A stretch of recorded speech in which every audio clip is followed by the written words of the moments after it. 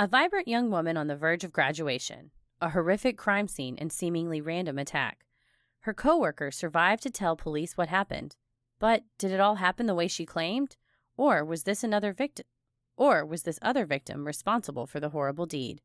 This week's episode is Jayna Murray, the Lululemon Murder.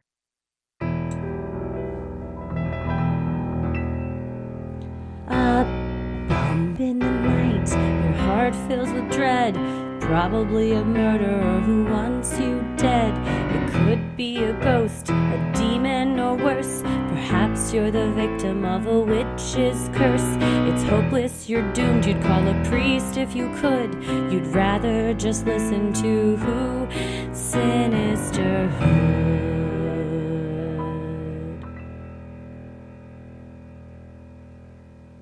I'm gonna kill you.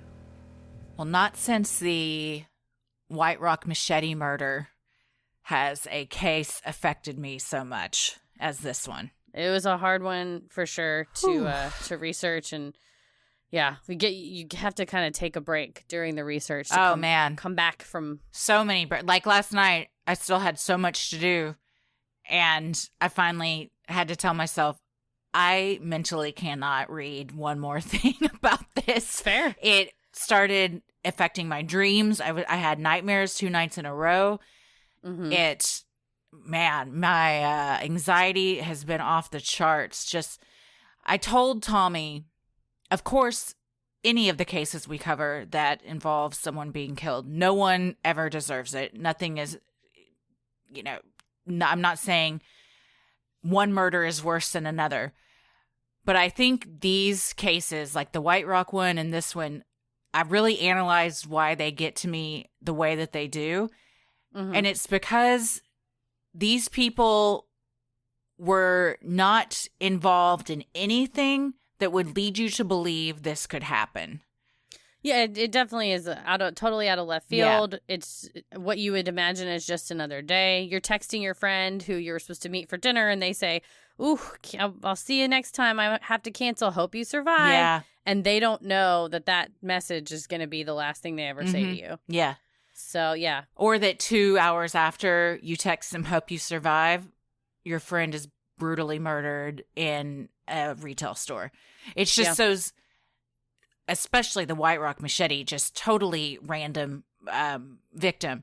But again, I feel like I can relate more to these because I just started imagining these poor parents and what they went through, and their daughter is just working at a retail job. I've had a ton of retail jobs. Mm-hmm. This could be anyone that ever worked in a retail job, and your coworker, you just piss them off, and not even like a huge thing that you piss them off about, and they just fucking lose it and kill you. So I think I can relate more to ones like this, which is why they affect me so much. And especially because even though she was 30, she was someone's daughter, and the parents were so involved in the trial and stuff that I just think how fucking heartbreaking as a parent to go through something like that. For sure. And she lived, they're in Houston, and she lived kind of far away. And of course they had the son that was deployed. So you as a parent have to think, okay, I've raised them as best I can. They're going out into the world on their own. And I live far, I lived in Chicago. I lived in New Orleans, far away from my parents. And I'm sure now that I'm back home and closer and getting to the age where I want to have kids, I think, oh my God, how did you how did you do that? How did you emotionally handle me being that far away? Because this is exactly what happened in this case, is exactly what their absolute worst fear was that but then you can't live like that every day. You have to just say, she's going to be fine. She's going to go to work. She works in a super nice area. There's no crime. It's upscale. She's, going to school, going to work, going home, going to the gym, going on hikes. She'll be fine. She'll be fine. And it's you get that call, and it's the worst call. Mm-hmm. I ask myself every day, how am I emotionally going to handle raising a child? I mean, right now, although it's hard, they're at home and they're with you. But even when they start going to school and stuff, I don't know how to emotionally deal with them being away from me for 6-8 hours of the day, and you don't know what's going on. I think about just, I mean, I have an answer, but just what cameras? Live stream body cam. FaceTime. Put a body cam, put a GoPro to their forehead, live stream it, get them a phone in their pocket. Then I'm going to pull a Black Mirror and just have a microchip implanted in all of them. Although that does not end well for that mother, so maybe I shouldn't. But yeah, I mean, don't ever do what's on Black Mirror. Yeah. It's a rule of thumb. That's true. Yeah, no matter how old your kids are, they're still your kids, and anything this tragic happening is just, as we'll see, it just rips an entire family apart. For sure. We had a lot of people suggest this one. It is a very well-known case. In fact, I was reading an article that said it's one of the probably top 5 most infamous crime scenes of the past decade. And I think, too, because the photos ended up on the internet and things like that. And also, this week is 10 years. Oh, it was March 11th, right. 2011. Yeah. Well, Elsa Pear, Hannah Johnson, and Taylor Wall-Smith, thank you for the suggestion on this one. I think I'd seen things about, oh, y'all should do this one, but I had never looked up what it was. Yeah. And I'll be honest, had I known ahead of time, we may not have done this one. Because sometimes we don't know until we're in too deep that, oh shit, this is something that it's too much for us to handle. I would like to apologize because I did not tell you as I began, because we kind of researched in tandem. Like, I'll do about a week ahead. And I did not message you and be like, oh, Paris told me I had to turn off the Snapped episode because it was way too graphic. Yeah. And I probably should have heads up. But you're like, we'll do this one. It's fine. And I'm like, okay. I assumed that. I should have done my due diligence. I should have done my due diligence. I did not know. Yeah. I went ahead and watched the Snapped episode first just to kind of get an overview. And he came in with dinner and said, what? Jesus Christ, what do you have on? Yeah. Which with me, it's always either like Snap, True Crime, or a lot of times Dr. Pimple Popper. He cannot handle that. I'm not a fan of that either. Yeah. I do like My Strange Addiction, which can also get really graphic. So, but I should have probably thrown it out there. So there are certain episodes that we cover that not going to be funny, not going to be a funny one. And definitely just really hopefully doing Jayna justice in telling her story and what happened. And, we always try to figure out the bigger picture on a case, and I don't. It's hard because much like the machete one, it's like, what is the bigger picture? Yeah. I mean, maybe the machete one was a little bit, he needed more mental health help in addressing those issues. But here, I don't know that was even a factor. I don't know what happened here. This one has kept me up thinking, just as I'm sure not a second of the day goes by, that her family also doesn't wonder, why was this necessary? Well, I'm Christy. I'm Heather. And let's get into it. Jayna Troxell Murray was born November 22nd, 1980, in Wichita, Kansas. She spent her childhood in Houston, Texas, with her parents David and Phyllis Murray, and her brothers Hugh and Dirk. Jayna was a dancer and a track star, setting records for throwing discus. She later obtained her business degree from George Washington University. After graduation, Jayna worked for 5 years as a marketing representative for Halliburton. Yeah, they said she was such a good dancer that the track coach said, hey, try this out. And then she just did it. She was a natural athlete and started running and started throwing discus and setting records. Interesting that one would equate dance with track. I guess an athlete is an athlete, the endurance that you have to have for both. Jayna then went on to get her master's and an MBA at Johns Hopkins. She decided to write her master's thesis on upscale yoga retail store Lululemon's business model, one of their mantras being, elevating the world from mediocrity to greatness. As part of her thesis research, she took a job at the store in 2011. After her thesis was complete, Jayna decided to stay at her job until the end of the semester. She was promoted to sales team leader and was described as well-liked by her coworkers. She loved animals, dance, travel, running, yoga, and volunteering for nonprofit organizations. They said that she just was a big Lululemon fan. That she respected their business model from obviously the business perspective, but also from the ethical perspective of self-improvement. Apparently, Lululemon's all about like setting goals for yourself, personal improvement of its employees, investing in employees and promoting them from within. And she recognized that from a business perspective, that was something that she wanted to be a part of that organization. believe they're also been in some hot water for some real problematic stuff too. What? Oh no! A lot, yeah. The see-through pants. Racism.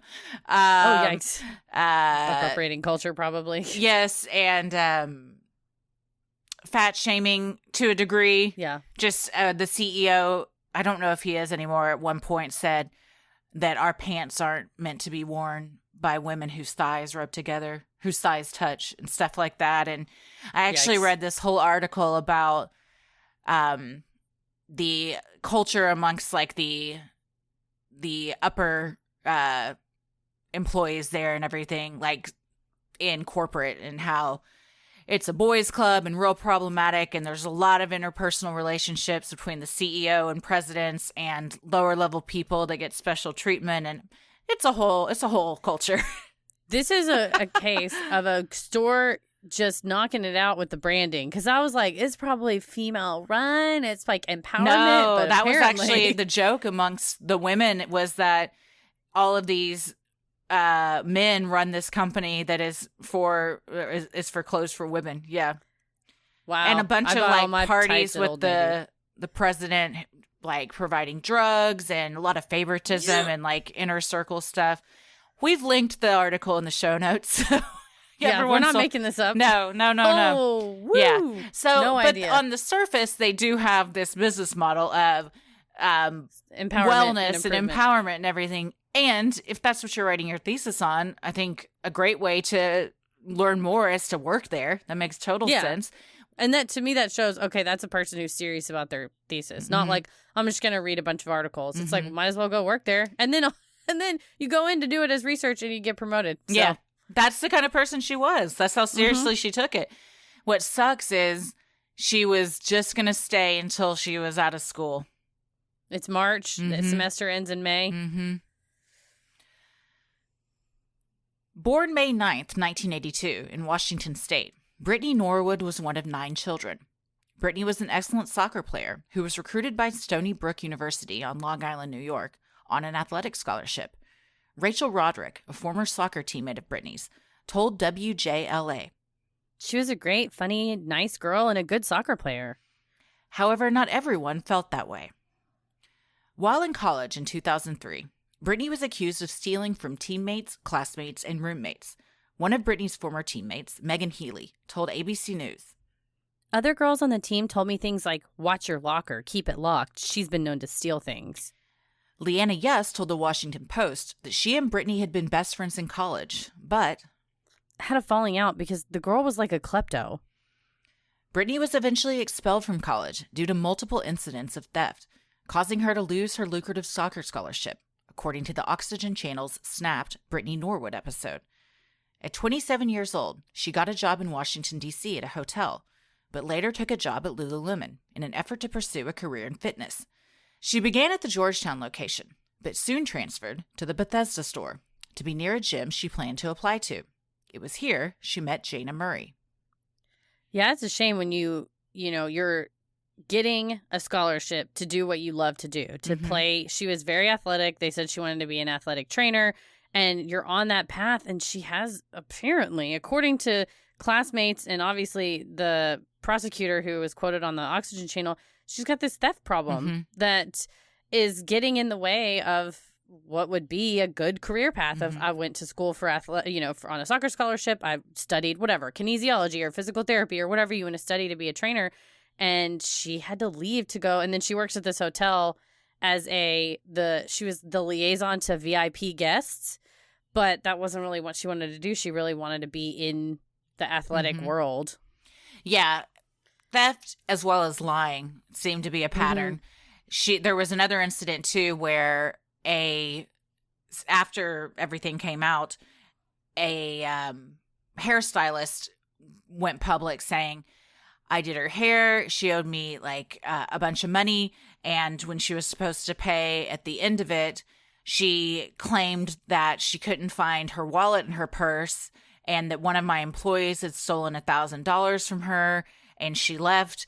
We thought that someone had stolen from her. So we, of course, apologized and told her not to worry about it and everything. But then it came out that none of that was true. So it seems to be this pattern of lying and stealing. Yeah, grifting. Yes. 3.5 weeks after Brittany had started working at the Bethesda location, on Friday, March 11th, 2011, around 9 p.m., Brittany and Jayna closed the Lululemon store. As shift leader, Jayna was required to conduct a nightly bag check of all employees. It was during this that Jayna discovered some yoga pants in Brittany's purse that Jayna believed were stolen.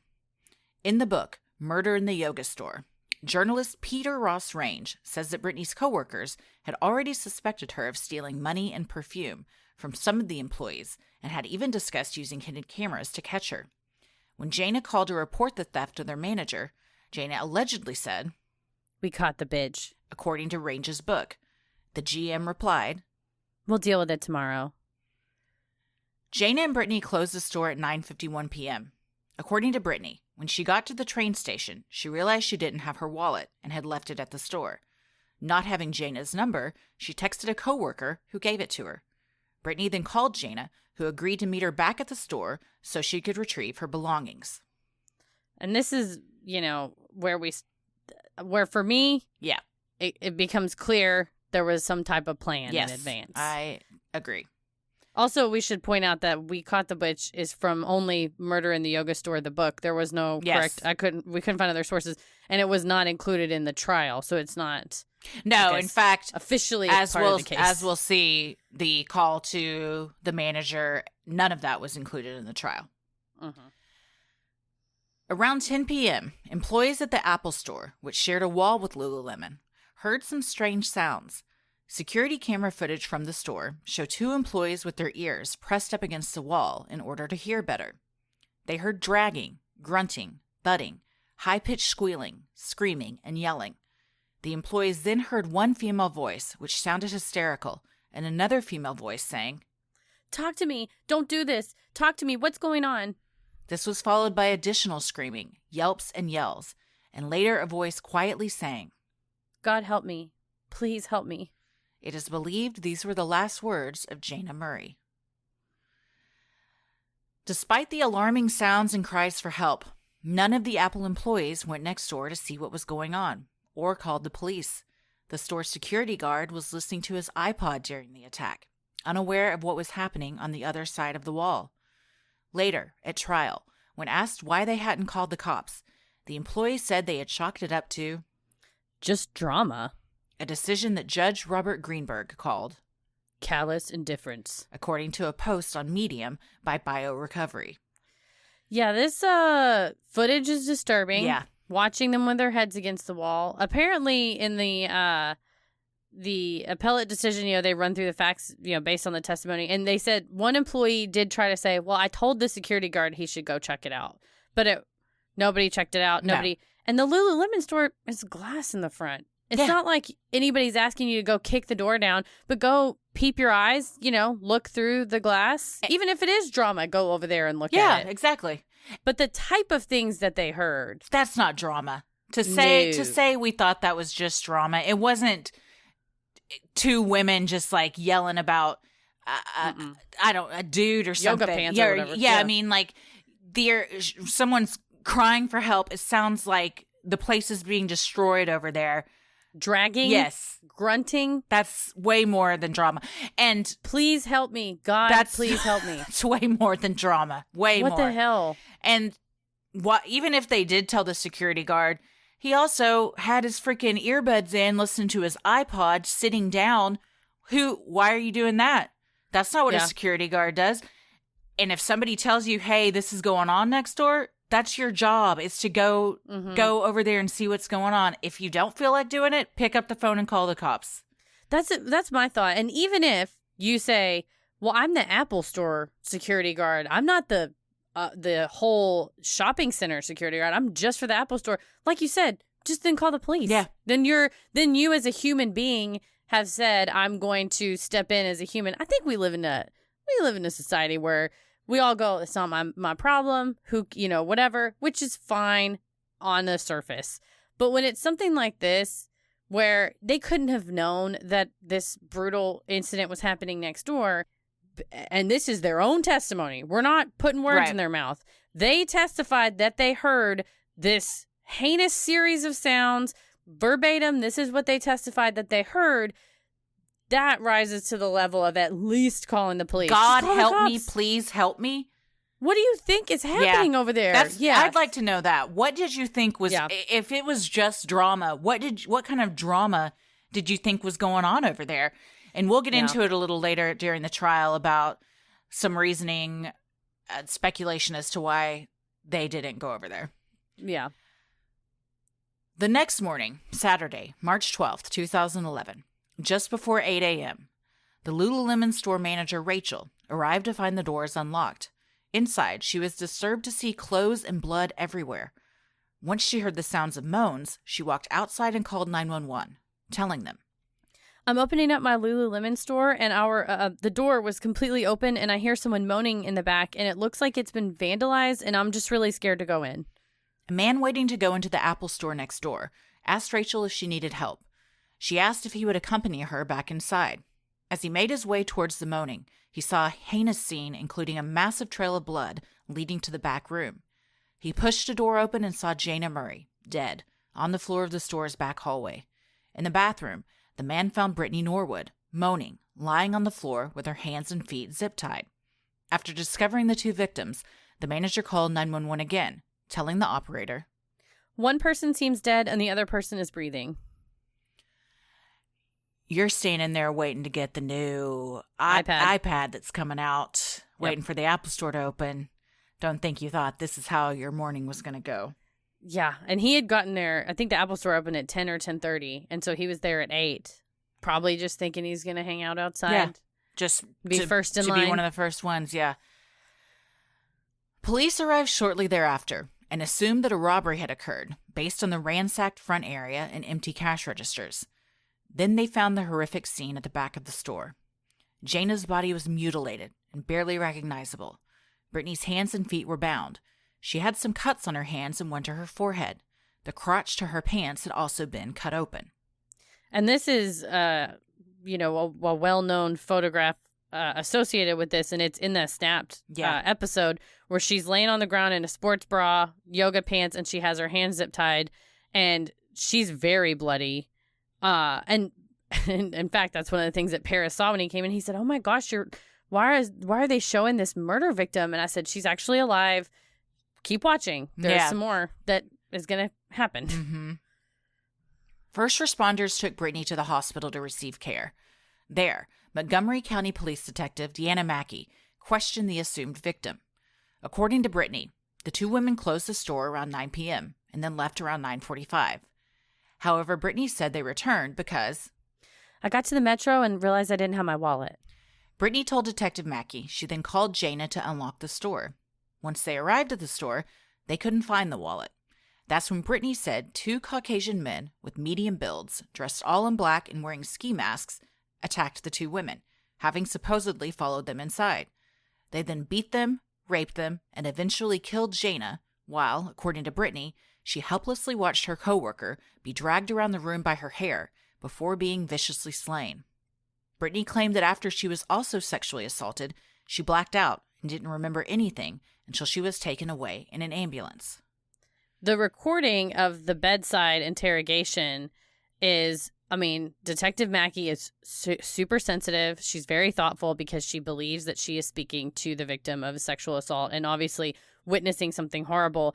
And several times throughout, Brittany gets really choked up and starts crying and saying, "Oh, this was my fault. I should have remembered my wallet. I can't believe we didn't lock the door behind us. This is totally my fault. I should have done more to try to help her." And Detective Mackey tells her, it's okay. Take your time. Take a breath. It's a masterful acting. Yeah. Masterful. How... What a feeling for that detective once she learns what really happened. To think you were just sitting there, your heart going out to this girl. Mm-hmm. And just, she's holding her hand and she's like, "Take your time. We can take a break if you need it." She's, like I said, textbook classic. She's very victim-centered. She's being very trauma-informed. She's like letting Brittany take the lead. But hearing her, that voice and just her fake crying. And probably she's also crying because she feels guilty and everything. But man, It's something it's to jaw hear. dropping. It really is. It's something to hear. To know that people can lie like that. And also, the officer said when they arrived at the scene and found her tied up, she had her eyes closed and she would not open them. Mm-hmm. And a female officer knelt down beside her and went to touch her arm, and she flinched and everything. And they're, of course, thinking, oh, this girl's been attacked. Of course, like, she's completely traumatized. She didn't open her eyes or talk until they got to the hospital. Mm-hmm. And she was cut up and bloody as well. She had a wound on her head and everything, like you said, and facial. They bleed a lot. Bleed a lot. Mm-hmm. Ask anyone in the WWE. You can self-inflict a head wound to cause a lot of blood for dramatic purposes.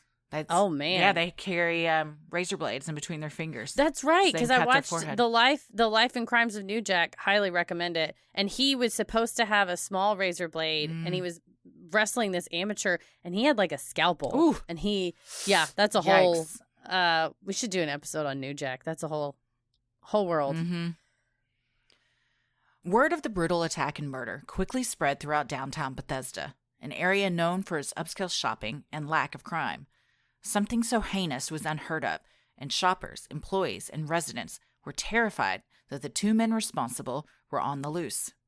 Stores installed security cameras, employees had security guards escort them to their cars, and resident sleuths tried to track down who may have recently sold two men's ski masks, according to the Washington Post. A $150,000 reward was also set up to help bring the killers to justice. So for almost a week, she is telling people this happened. Her family, cops, they all, the media, everyone is under the assumption that she is a victim. This is what happened. She's makes no means to come forward with the truth or anything. Mm-mm. For 6 days, the Bethesda community lived in fear. Many had flashbacks to the DC sniper attacks that had occurred not far from there in October of 2002. However, from the beginning, something about Brittany's story didn't add up, and police were about to make a shocking revelation. From the onset of the investigation, there were red flags in Brittany's account of what had happened, one of the biggest being her injuries. Compared to the 331 injuries Jayna had suffered, Brittany only had a few superficial cuts on her hands and head. And while she claimed that both she and Jayna had been sexually assaulted, rape kits performed on both women came back negative. And this is when the detectives start saying, And one of the detectives said, it's extremely, extremely sensitive. When someone claims that this has happened and we see these tests and they've come back negative, we're very sensitive to saying, well, you're lying. Yeah, we actually know you're lying. So they said, okay, we're going to keep proceeding that she's a victim, keep collecting the evidence. Let's see what else we can find. But that's when they start going, that doesn't fit. Well, and they know for sure that Jayna's a victim and nothing came back on her. Mm-hmm. So there's another big red flag too. Police were also suspicious of how Brittany's hands had been tied above her head. She told officers the masked men had tied her up after sexually assaulting her. However, to the trained officers, it looked like she had done it herself. Her injuries also appeared to be self-inflicted. So again, it starts being one of these pieces of evidence. Yeah. You're like, and then it starts to add up. Police wondered why Brittany hadn't tried to leave after the attackers had left the store. Why did she wait there all night, lying next to her coworker's dead body, rather than try to escape? There was also the matter of the bloody footprints found at the scene of the crime. Police found 2 sets of prints, but neither of them belonged to a masked intruder. One belonged to Brittany herself. The other set was traced to a pair of size 14 demo shoes customers used when trying on clothes. Police believe Brittany used the pair of shoes to make it appear as if a large man had been walking around, according to ABC News. And that was the other problem, is it was only one pair of men's shoes, or one pair of men's footprints. The shoes were in the rack, although they had been cleaned. But also, he said there was no footprints leading out. And her footprints are also there. Yes. Was not well thought out. Not well thought out. No. And he said specifically, they obviously would have had exit footprints, and there was none. Yeah, exactly. The evidence against Brittany continued to mount. Detectives were confident that rather than a victim of this heinous crime, Brittany was actually the perpetrator. State's Attorney John McCarthy knew this was a sticky situation. He told the Washington Post, You got to get this right. This is a hell of an allegation to make against somebody the community has embraced as a victim. The final damning piece of forensic evidence came when detectives discovered Brittany's blood inside Jayna's car. As Brittany told it, the masked men had forced her to move the car, which had been parked in front of the store, to a street a few blocks away. She said the men threatened to kill her if she didn't return within 10 minutes, according to ABC News. When police asked why she didn't escape when she had the chance, she had no answer, according to BioRecovery's post on Medium. And she had given a statement willingly and then left, and then they tested the forensic evidence in the car, and they're like, well, we got to get her back. And so they asked her to come in and give exclusionary DNA sample and fingerprints, and she agreed to, and that's when they had to say, hey, we found this blood in the car, and what happened? And she's like, well, I wanted to come tell you that. That's why I came up here. And I want to say her brother had called them and said, oh, she's got something else she wants to tell you. So it's like she starts realizing she's got to alter the story and manipulate the story, because she had laid it out one way, and now, of course, they're going to find her car. It's parked not very far from the Lululemon store, and obviously they're going to find blood in it. As heinous as this attack was, she was covered in blood, and she'd also injured herself. Yeah. Yeah, there was blood on the gear shift, on the steering wheel, on the seat. Jayna had double parked her car right in front of the store because she assumed she was running in for 10 minutes to get this wallet. Well, that didn't happen. So Brittany moves it to a lot a few blocks away, so it's not just sitting there with lights flashing, or gets a ticket and somebody comes up, a cop comes up to see what's going on and discovers stuff and everything. She takes it to the lot, and she sits in Jayna's car after having just murdered her for an hour and a half, planning how to cover all of this up. Wow. Yeah, this is, we'll get to the defense, but I think all of this goes against that. And also, when she did do the interview with the cops, they allowed her brother to go in the room with her. And when they left, the audio picked up him saying, like, why did you do this? And she said, I don't know. But then she also admitted that she had been caught stealing. Okay. Yeah. And she had talked to him at the bedside. She came in on her own once, and then they came to her house as well and talked to her. So she was apparently cooperating, which you would have to if you're trying to position yourself as a victim. You would have to cooperate, because if you said, I need a lawyer, then they would. I mean, I'm all for asking for a lawyer, but her motive here was to position herself as a victim, so she was having to play the game, and I think it just started getting away from her. Yeah. She couldn't, and again, like you said, her family had flown in and were staying with her brother and sister and parents and everybody, and were really trying to, help her heal from this horrible thing she had gone through, and I mean, the family got betrayed. Oh, sure, yeah. Her family are victims as well. Yeah. And one of the detectives said when they did go to her house, they heard her in another room talking to, I think, an uncle. And she was like, I just don't want to disappoint you. So, I mean, she knows that it's getting away from her, and she's going to, but still didn't come clean. They just, all the evidence kept piling up. Yeah. Had they not just said, nah, we know that you're the person, I don't think she would have come clean at all. Yeah. On March 18th, 7 days after the attack, Brittany Norwood was arrested and charged with first-degree murder. Assistant State's Attorney Mary Beth Ayers described the difficulty the Bethesda community had coming to terms with the shocking twist. As humans, we want to believe it's the masked men. We want that. That makes us feel better. You don't want to believe it's the articulate, educated, attractive girl next door. You don't want to believe that because that's someone you might trust.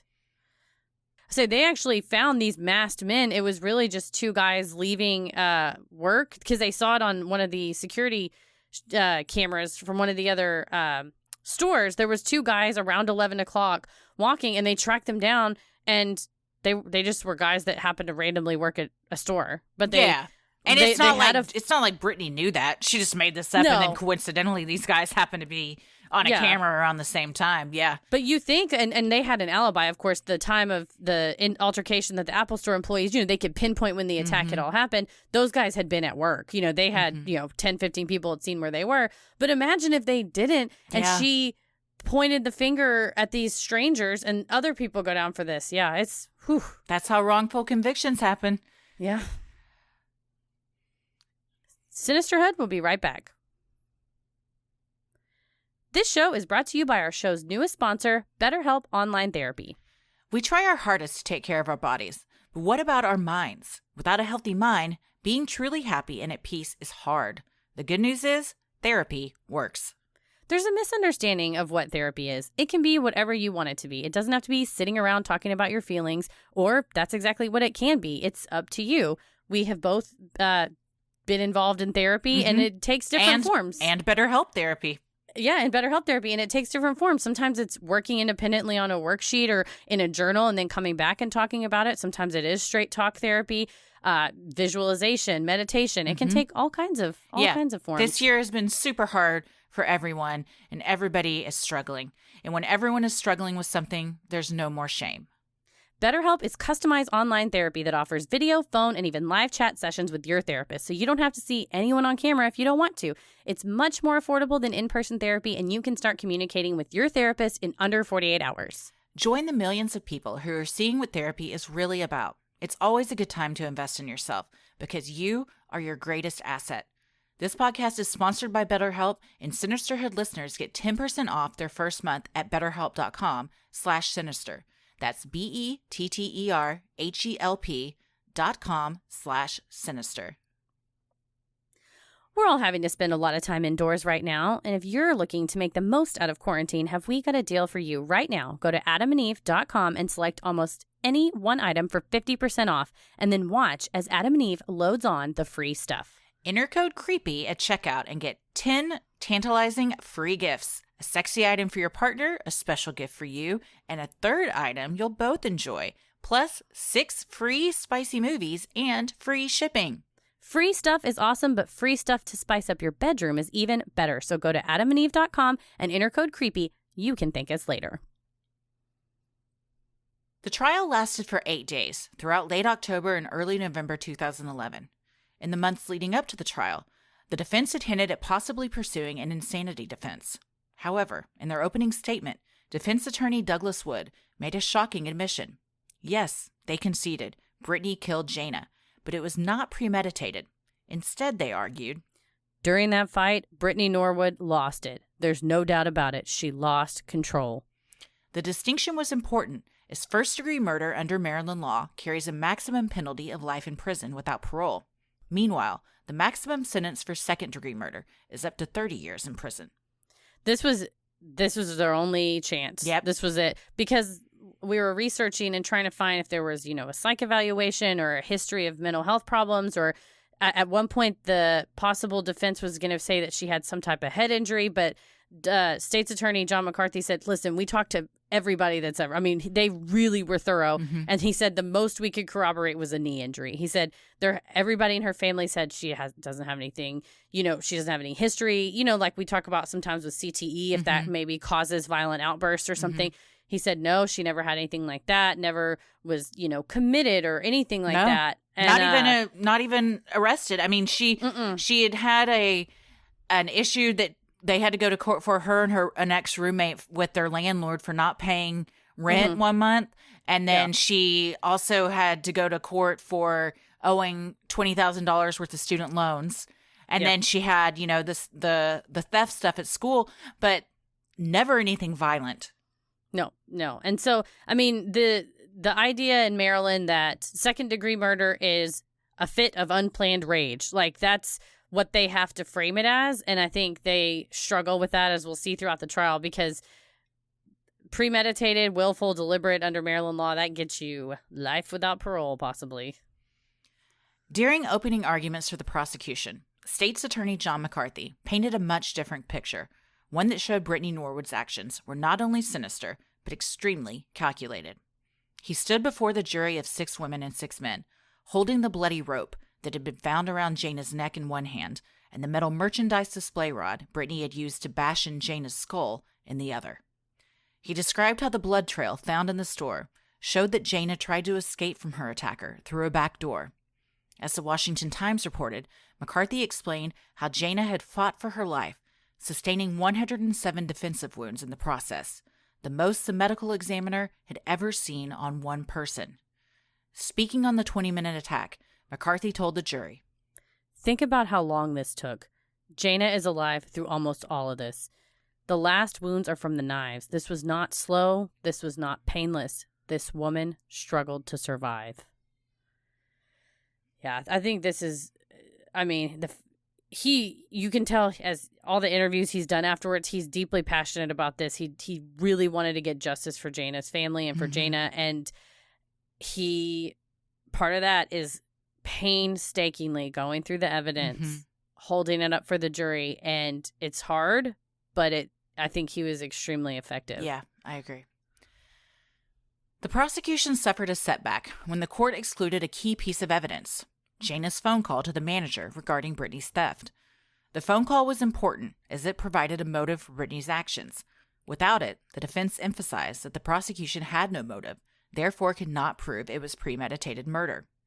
Rather, as reported by the Washington Times, the defense argued that Brittany's elaborate staging of the gruesome crime scene and lies she told police shows someone who got involved in a nightmarish situation and had this imagination and explanation of what happened. This is not first-degree premeditated willful murder. I disagree with this because I think that I think from the second they left that store until she called Jayna to meet her back there, she was thinking, how can I get rid of her? What can I do? Because for whatever reason, getting caught stealing was going to upend her life in such a way that this was the only way out. And I think, like they said, the motive, I guess, was that, she didn't want her reputation in that area to be ruined. That was going to be her ticket to this personal training gig at this nearby wealthy gym. I think, and the other thing, premeditated, I think people think, oh my gosh, they had to plot for months or even days or even hours. But in this case, once I think what they eventually feel like happened is that she struck her with the merchandise rod. To me, if that single blow is what killed her, you may have a Cat West situation, right? Where it's one single injury and you go, oh my gosh, I was in a rage and this happened and oh my gosh.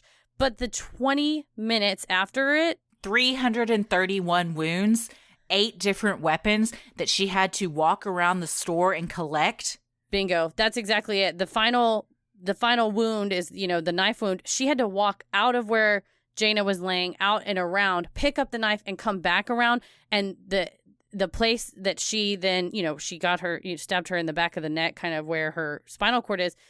That is premeditated. You got up and you said, I'm going to finish her off.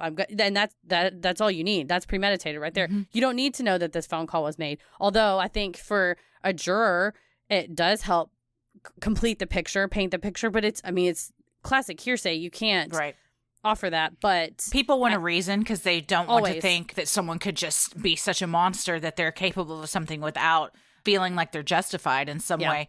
But it's absolutely hearsay, and the judge is right not to include it. But also, even with this in, that it's not a good reason. No, God, no. There's nothing makes this a good reason. No, and by good reason, I mean something that, when they say, oh my gosh, I came in the room and this person was attacking my child and I just, did that too. That's one thing. But yeah, something like this, it wasn't even close. No. Medical examiner Mary Ripple then testified that bruising and bleeding around the wounds indicated that Jayna was alive for all of the 331 injuries, including the stab wound in the back of Jayna's skull. Ripple stated, she had a pulse. She had blood pressure. She was bleeding into the wounds. She was alive. According to Patch. So while she was alive, the only saving grace is that, because they asked, is it possible she was struck unconscious with the first blow to the head? And the medical examiner said yes. So the only saving grace is thinking maybe she was knocked out and wasn't conscious for the rest of this.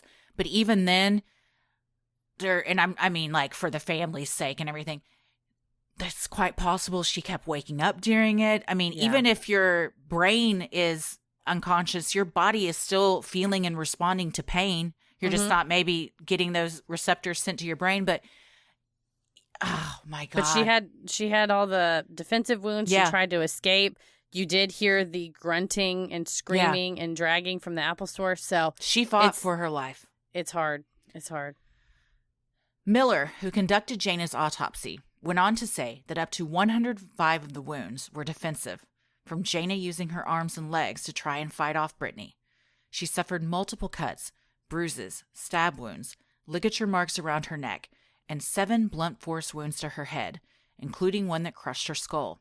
She was alive for all of these, including the final stab through the back of her neck that severed her spinal cord. And that's what eventually killed her. The ME said within a minute she would have been dead from that. Mm-hmm. But Brittany was walking around for 20 minutes getting hammers, wrenches, box cutters, a rope, display rods. This big serrated knife.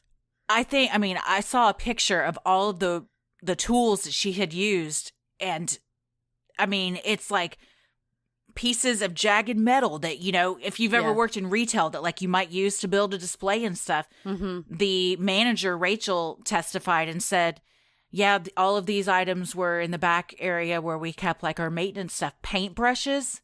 Mm-hmm. It's a toolbox. Yeah. And I believe, if I'm not mistaken, the toolbox was then set on top of her.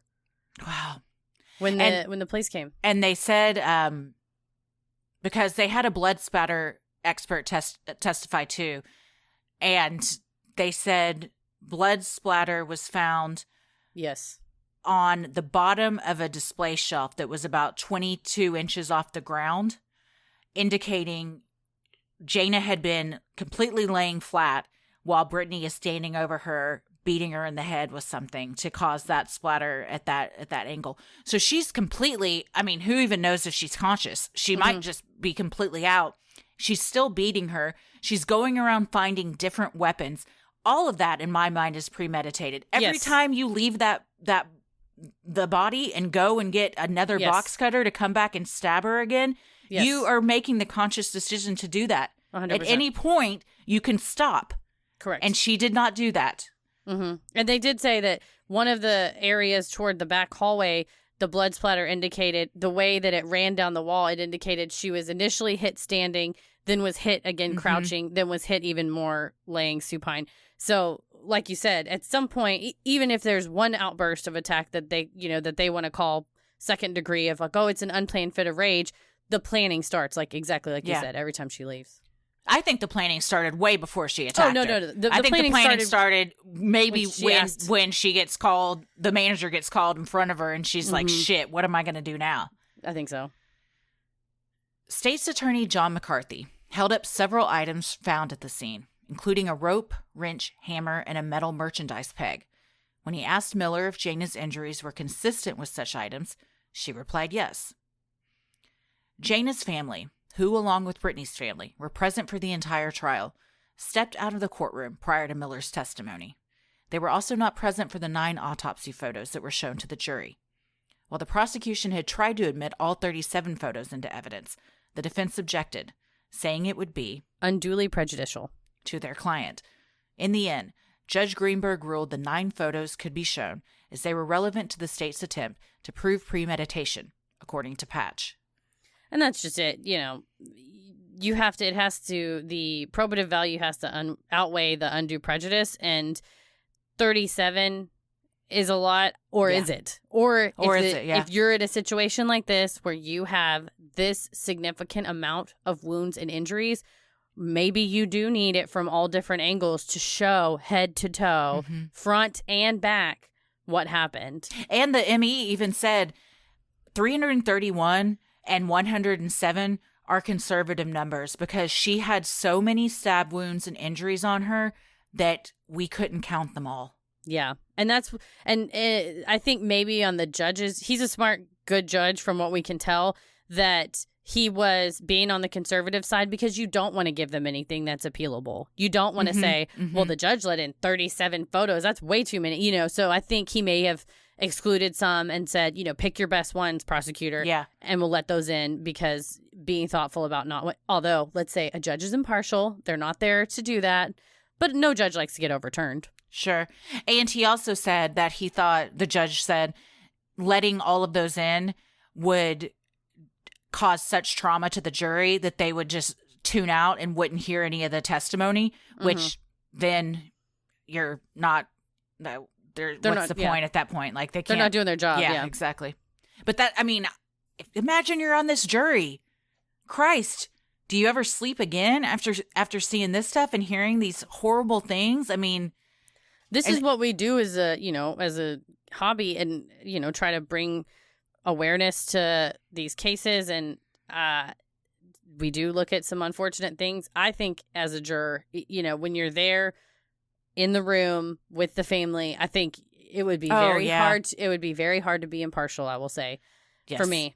Yeah. It would be very, very hard. It would. And they said the voir dire and everything took forever because like 2/3 of the jurors had heard of the case and everything. So, for sure. I mean, who's not going to hear about this? And so, the judge ordered them, like, you can't watch TV, you can't get on the internet, like, cell phones are banned, everything. But like you said, we read and research a lot of this and have to look at some pictures and everything. But we can also decide, all right, I'm done for the night. I can't do this anymore, and turn it off. When you have to sit there for 8 hours a day or whatever it is and listen to this, and the family being in the room, totally different component. Yep. Hearing the family or, testify if they do or anything like that, and seeing those pictures up close. And some of them were like very up close pictures of her face and everything. It is traumatizing. And at some point you would just your body would just check out as a survival tactic. Yeah, and then you're not listening to anything. Yeah. The state also called the Apple employees to the stand, who reiterated how they had heard 2 female voices on the night of the murder, as well as sounds of a struggle and cries for help. The jury also saw the surveillance footage showing the employees with their ears pressed up against the adjoining wall during the attack. After listening and taking no action to help, the employees eventually returned to work, believing what they heard was just drama and not anything serious. I mean, you got to live with that the rest of your life, too. The testimony of the employees enraged many people, with some Twitter users calling for them to be fired and even brought up on charges.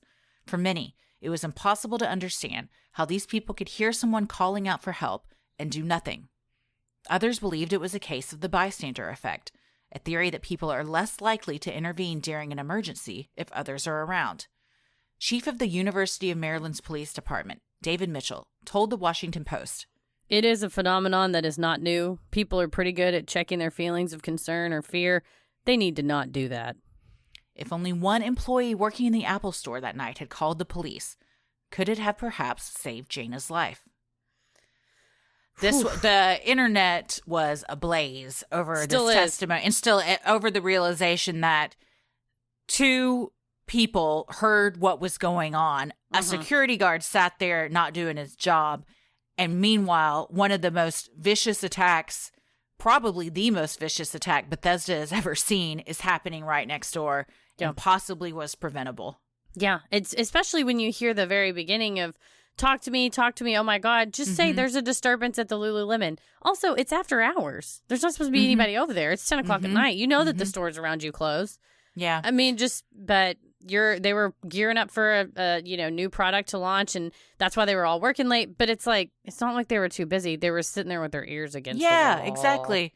And that's what this article, the Washington Post article that goes into the bystander effect, which that is the reason the bystander effect was officially named after, I forget the victim's name, but it was in the 60s.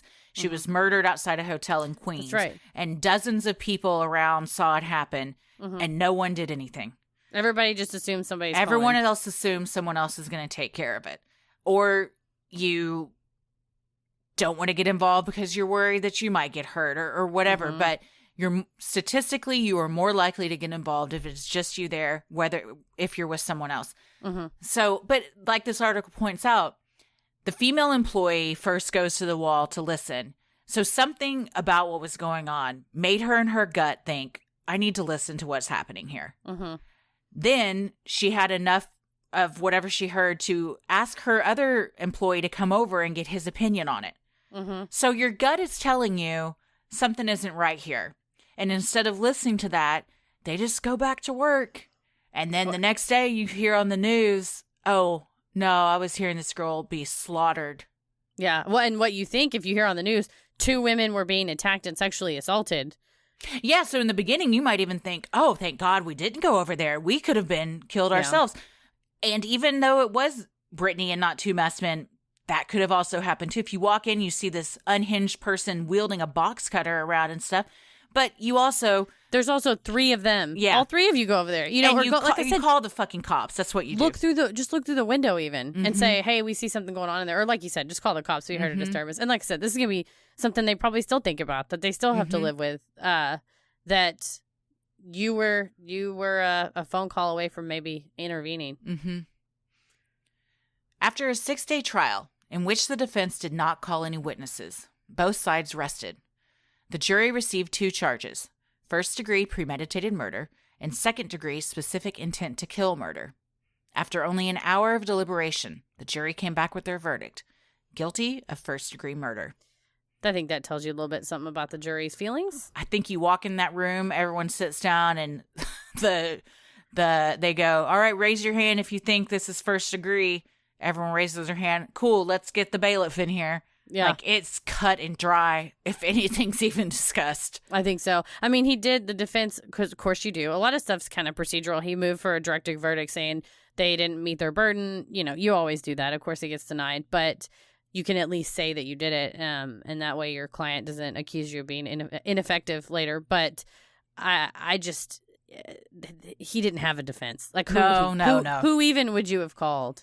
No. All you can do is try to rebut. Character witnesses? Maybe, yeah. But who are you going to call? Her college roommate that was like, yeah, she stole a bunch of stuff from me, or whatever. Her family, the teammate, whoever it was. Yeah, maybe. But you know, his big thing. He hinged it all on. There's no motive here. Why would she call her and go back to the store? This was all a case of a fight, knowing that he could hang his hat on. There's no phone call. The phone call's not coming in. Mm-hmm. Also, at one point, he does say she lost control in this fight.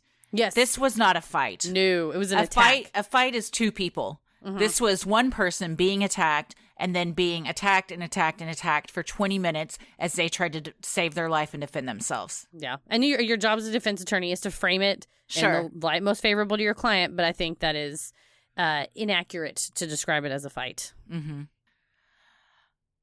On January 27th, 2012, the sentencing phase of the trial began. The prosecution sought life without parole and called 8 witnesses to give victim impact statements before the court to help their case. Jayna's father, an ex-Army officer, told the court about the psyche of men after killing someone in battle.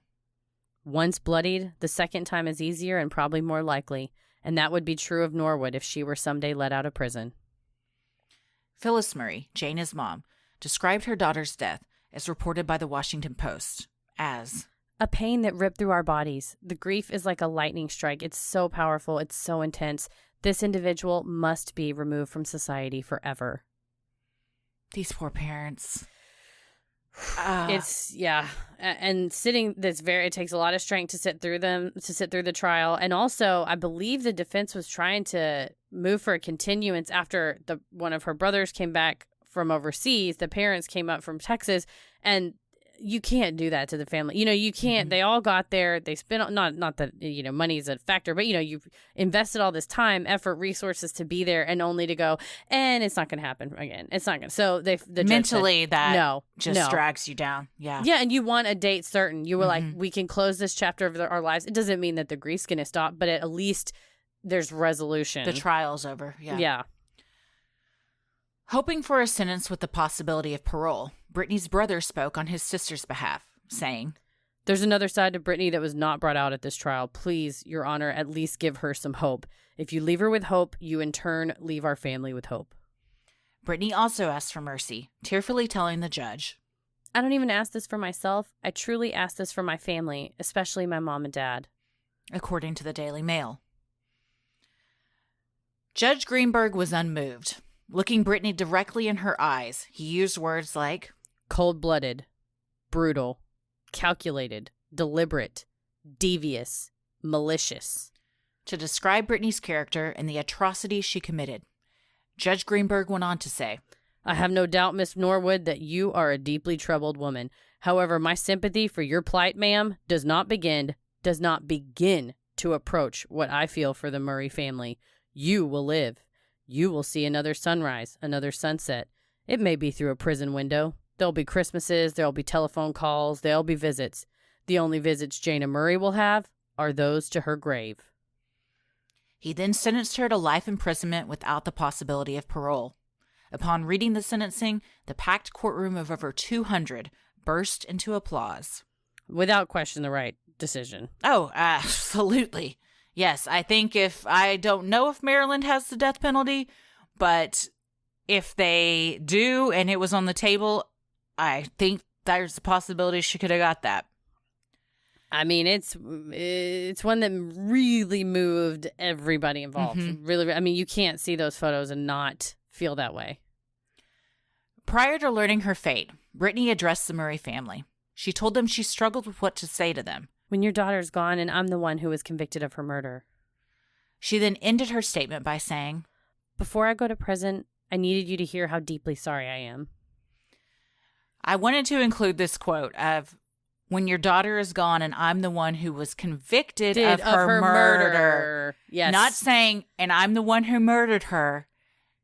I'm the one who was blamed for it. Correct. So again, you're not taking responsibility. No, and I mean, of course the prosecution is going to say this, but I really do feel like she did not show any remorse throughout the entire proceedings. She seemed more bummed and upset that she was caught. Yeah. And that she's about to go to prison for the rest of her life. And I'm sure she felt like, did feel sorry for her family. Correct. That she was going to be away and everything. But I don't know. There was an interview with a woman who shared a holding cell with her. And the woman said, what are you in for? And she said, well, I don't want to talk about it. Yeah. And the woman said that she didn't really want to talk and which you don't blame her. It was before the trial, I think. It was while she was waiting for trial. But at no point, I think the biggest gift you could give as a person who has taken everything from these people is to say, listen, I was afraid that my life was going to be ruined. I hated your daughter because of what she was, what she represented, that she was going to be the one that, really put it into my dreams of being, whatever it is, whatever the motive was, you could give them the gift of saying, it would just so happen that your daughter was the one that caught me. It wasn't anything, it wasn't personal. Something. Yeah. Something.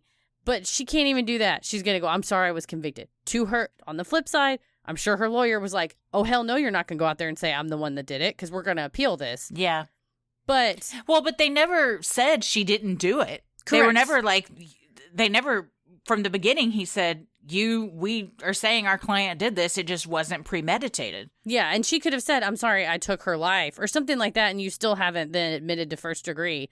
But she couldn't even do that. She couldn't even give him that gift. And you can fuck right off with, I need you to know how deeply sorry I am. Yeah. I think some things are just hollow words. Yep. Brittany tried to appeal the conviction on 2 grounds. First, she claimed the statement she made to police during her final interview should not have been admissible because she was not Mirandized. The appeals court disagreed and upheld her conviction. I mean, they tried, but this was Why did she claim she wasn't Mirandized? Well, she claimed... So, this is the issue. She claims that she came in on her own accord. They asked her to come in to provide... back when she came back about the car? March 16th. They asked her to come in and provide elimination prints.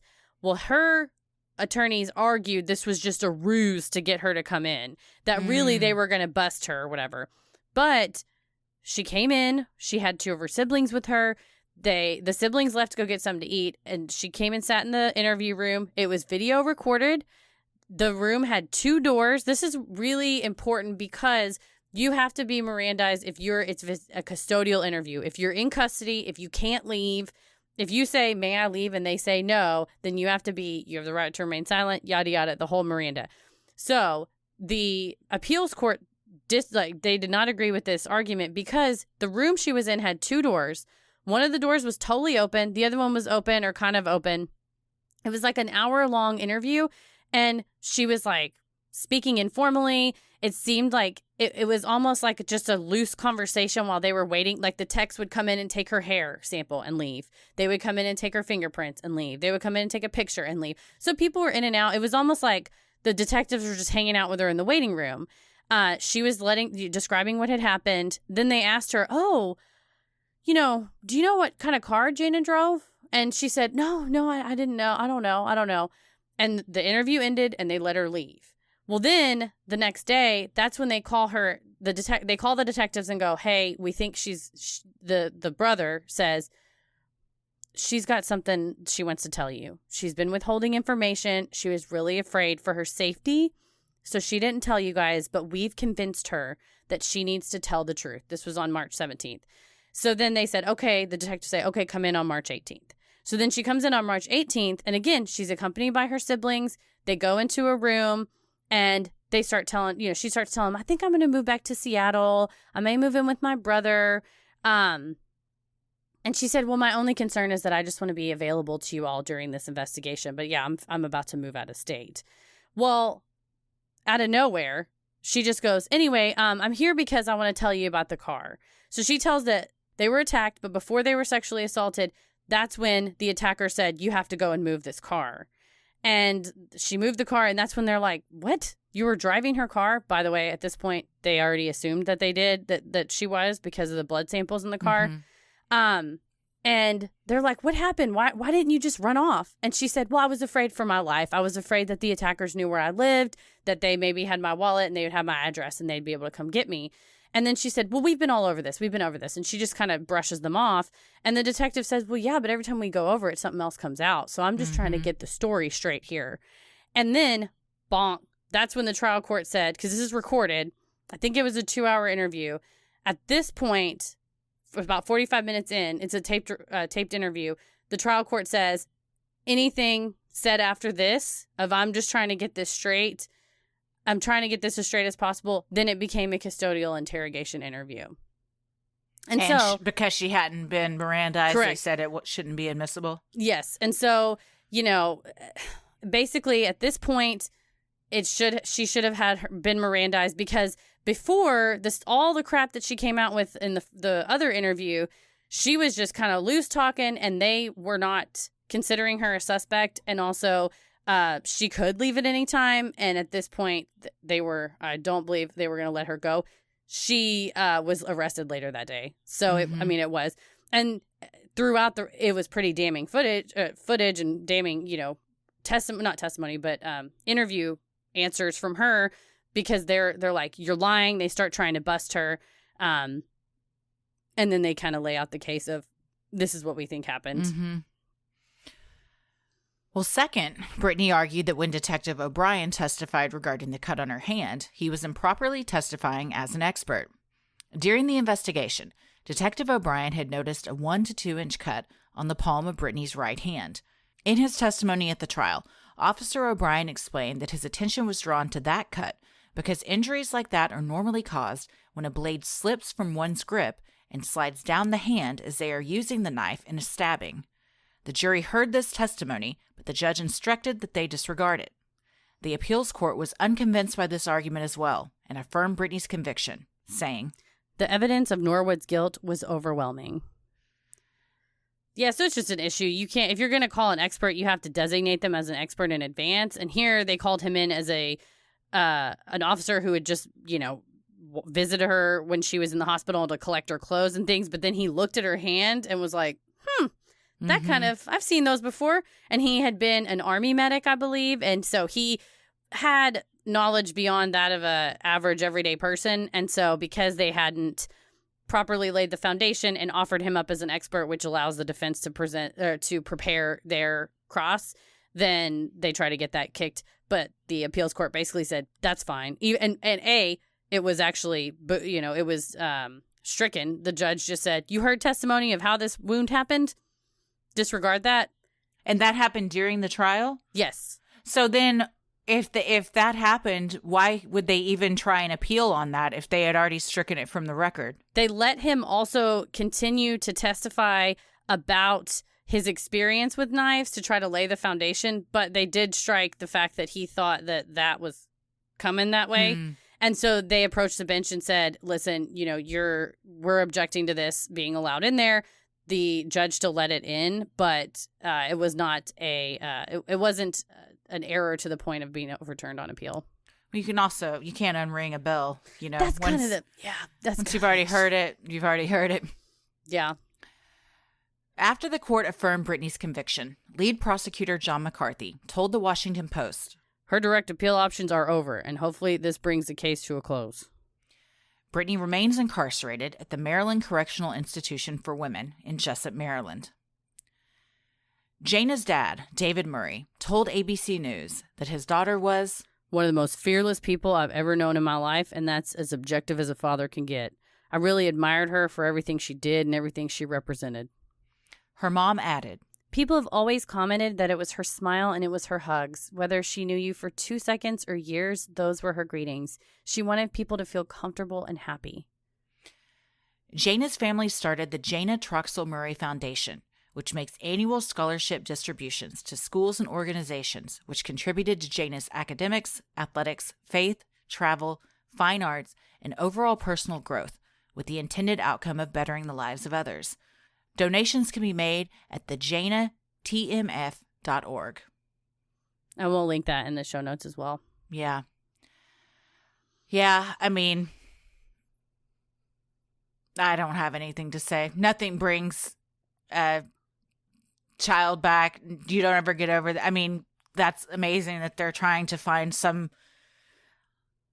way to help others through her and, give her a legacy and everything. But man, the other victim impact statements too from the family, because, both of her brothers gave one and the wives of the brothers and everything. And one of the wives said, there's no real laughter anymore. Like this family is completely broken. We all have nightmares of what she went through and everything, You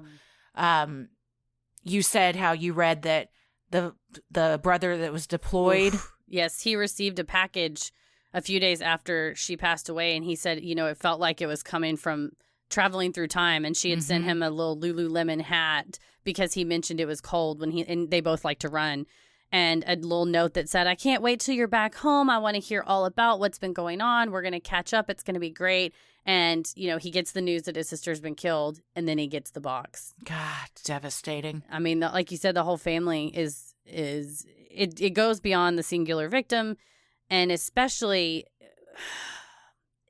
I have such disdain for a person who has no remorse, won't even, and I call it a gift, and really it's just owing them whatever explanation, and also taking culpability of their actions. Like, who's to say, if you're accused of a crime that you did commit, clearly, that you wouldn't try to push it down as second degree, or you wouldn't try to appeal it. It's like, just let these people have peace and plead guilty and just go to jail, Just give them that. But no, you drag it out. It's 8 days. You appeal it. They've got this, knot in their stomach, like, oh God, is she going to get out on a technicality? And no, I mean, the appeals court said the error is harmless beyond a reasonable doubt. There's so much overwhelming evidence. These little nitpicky things you're trying to pick out are stupid. Please go, do not pass go to jail.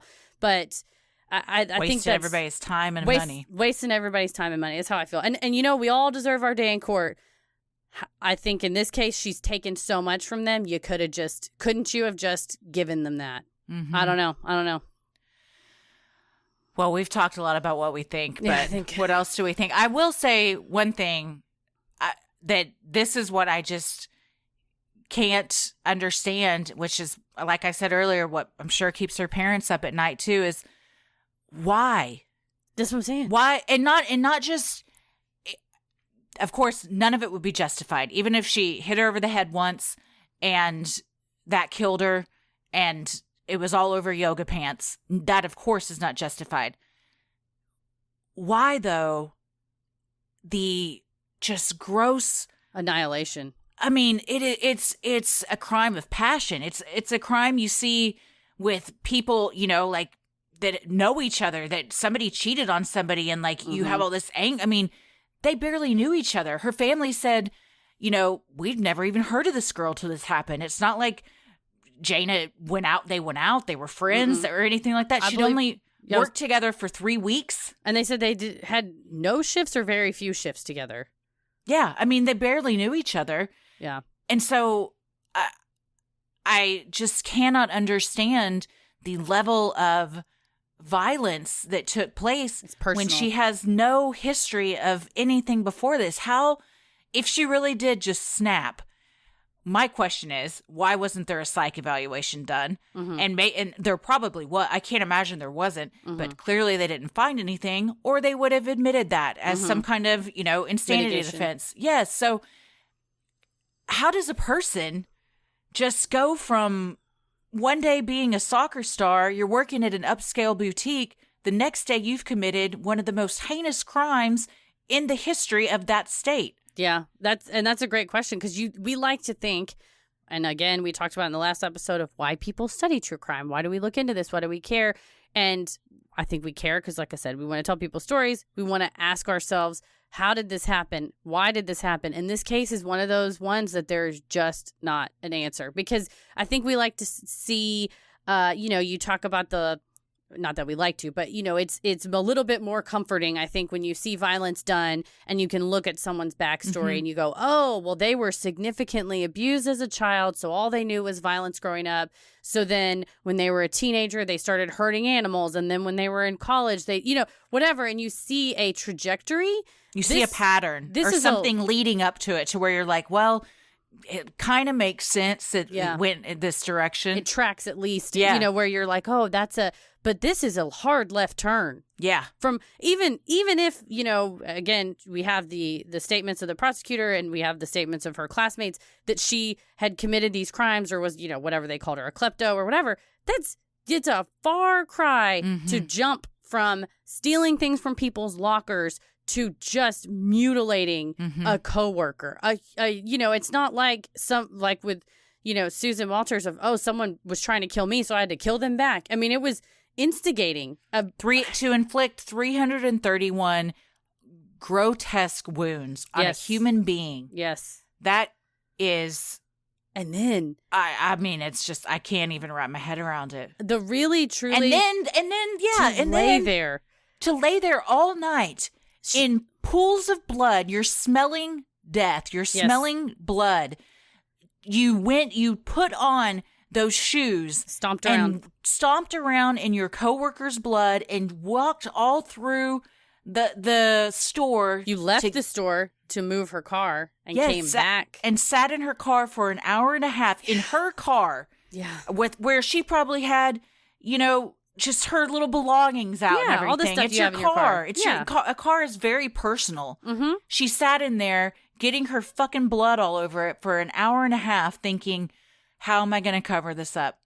She cut the crotch to her pants to sell this thing. She told them she had been sexually assaulted with a wooden hanger by these men. Yeah. I mean, she went into horrible details. Correct.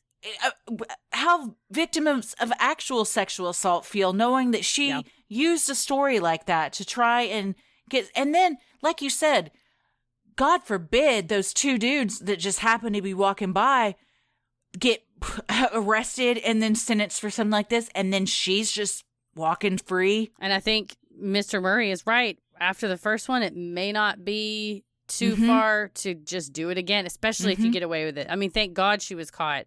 And like you said, it's grotesque. The testimony, if you watch the Oxygen Snapped episode, it has the audio, not testimony, the interview with Detective Mackey, where she's, being really sympathetic. And Brittany said, oh, I'm probably going to misquote her, but she said something like, oh, he didn't kill me because he said he liked to fuck me, or something just gross. And this just so built aggressive. Up this lie. Built up this lie. So definitely one of the all-time worst people I think we've covered on here. For sure. For sure. I was thinking about that the other night. Like, is this the worst person we've ever covered?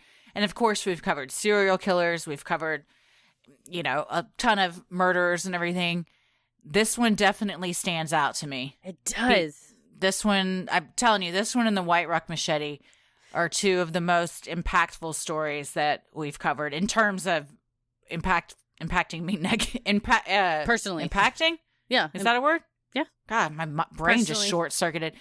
Negatively is also what I was going to say. No, for sure. But, I mean, it's again, like the assistant state's attorney said, like, the reason this is hard to grapple with is, you don't want it to be a person like this, because we all work with people like this, and therefore that means this could have been any of us. And it's true. And like we, like, not to harp on it, but when you see somebody's background and you go, oh man, they were, and we don't know the total details of her background, but she's got siblings who are doctors and management consultants, and her dad owned an upholstery business, and she got a college scholarship, which is so exciting. So it seems like a reasonably normal background. We again, we don't know. Maybe there's not a ton out there about her. Correct. And maybe there's more behind the scenes, that we're not aware of. I don't think anything in her background would at all justify or explain this whatsoever. No. And I mean, her family was just as shocked as anybody. True.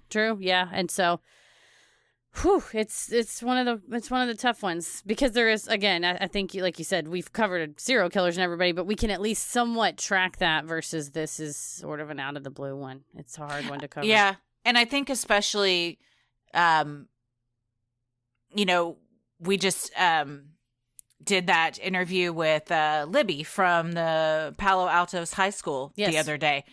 Hi, Libby, and thank you to all of your classmates who recommend interviewing us. We enjoyed it very much. But she asked us, why do you think women specifically like listening to true crime stuff?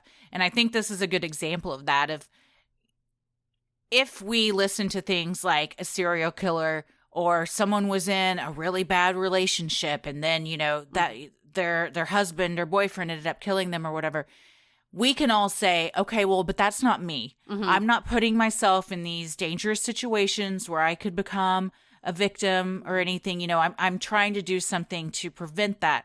Well, all of us have jobs that you just go to without thinking about, and then something like this happens. So when we hear stories like this, it makes you're kind of trying to like prepare how you could handle things differently if you're in a situation like that, to where maybe this isn't the outcome. Yeah, I think so. I think you're right. And it does help us walk through it mentally of, but she, she couldn't have done anything. She did everything she could. I mean, 107 defense wounds. She couldn't have done anything else. No. She was trying to get out the door. I mean, again, if you look at the crime scene photos, that back hallway is just covered in blood, and it's because she was probably running and crawling trying to get out the door.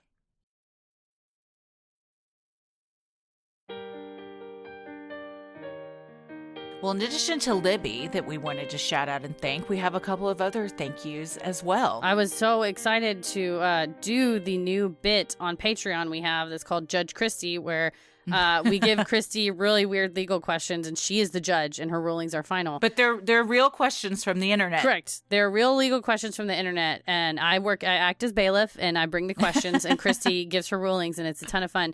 But Jan actually tagged us in the crow post. We covered about crows attacking and then saving, but then also was it nefarious? People in a neighborhood. So I appreciate it that she tagged us in that, and I, in my excitement, forgot to thank her. And also, a mystery has been solved, Christy. Half of a mystery has been solved. Half of a mystery. Hey, it's Jenny on Instagram. Let us know that she is the one who wrote us a note in the Cincinnati memorabilia. So the Loveland Frogman shirts we received. We still don't know who sent the Loveland Frogman shirts. If it was you, please let us know.